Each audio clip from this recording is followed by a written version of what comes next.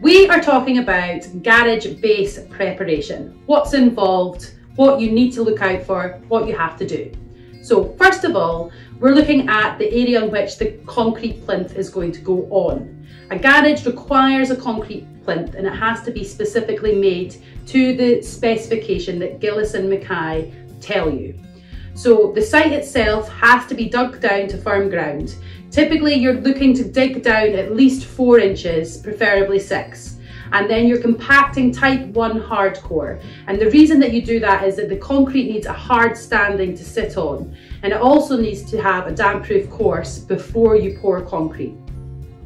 The concrete itself will be formed to a specific size that we will give you dependent on the building size. So the building encases the concrete plinth.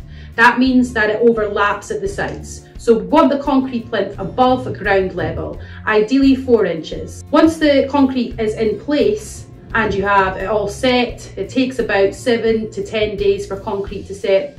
You need to think about the soakaway. The soakaway is a track that runs right round the concrete plinth, and we say about 6 inches in width.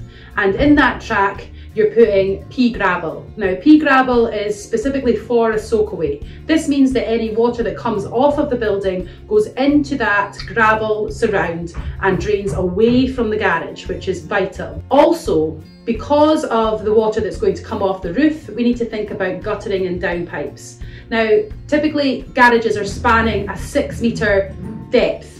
So like whether it's single or double or triple, it will be 6 meters in depth at least. And that running across a roof and the amount of rainfall that we get in Scotland can equate to quite a lot of water.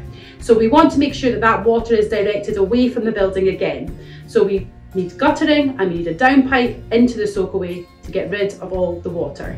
So these are the things that you need to think about when we're talking about preparation of your garage base. You need to make sure that you're taking into consideration that there's excavation to be done to dig down to firm ground, that there's a certain depth of concrete that we require to be able to withstand the weight of the garage. The concrete needs to be made to a specific size, and we need to think about what happens to the rainwater thereafter.